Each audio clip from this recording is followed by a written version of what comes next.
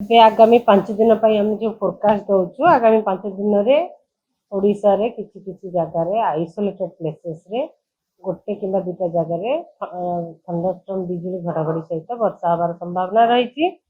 ତା ସହିତ ଆମର ହିଟ୍ ୱେଭ୍ ବି ହେଇପାରେ ଗୋଟେ ଦୁଇଟା ଜାଗାରେ। ଆଜି ଆଗାମୀ 24 ଘଣ୍ଟା ପାଇଁ କି ହଟ୍ ଆଣ୍ଡ ହ୍ୟୁମିଡ୍ କଣ୍ଡିସନ୍ ରହିବ। ମଏଶ୍ଚର ବହୁତ ଅଛି, ଟେମ୍ପରେଚର ବି ବଢ଼ିବାର ସମ୍ଭାବନା ରହିଛି।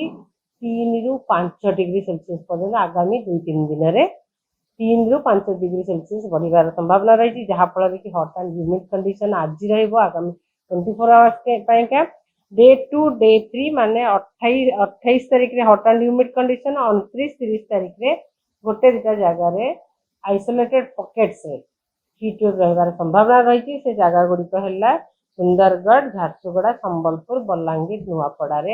काली आ पहर दिन गोटे जगार हीट वेव रहिबार संभावना रही।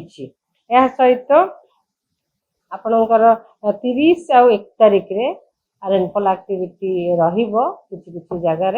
ता सहित बिजुली घड़घड़ी पवन झड़ तूफान भी हो पारे। सेतबले पवन गति रहिबो 40 ରୁ 50 किलोमीटर पर आवर। फोरकास्ट रही आगामी 4 दिन भितर टाइमली ऑनसेट हम केरला रे। तापरे हीट वेव आमर जमी आज काली पर दिन गोटे जगह हीट वेव हो पारे।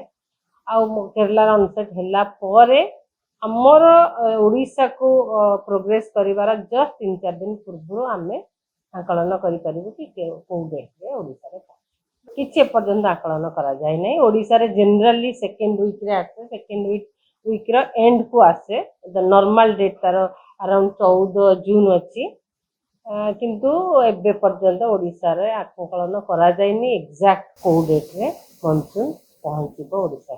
जून रे कौन हुए, जनरली कौन हुए कि जून रे जेबे वर्षा आसे, जून रे वर्षा आसे मोस्टली आमे ताको प्री मॉनसून शावर बोली कहू। मॉनसून प्रोग्रेस पूर्व जो वर्षाटा हुए सेटा को आमे प्री मॉनसून शावर कहू।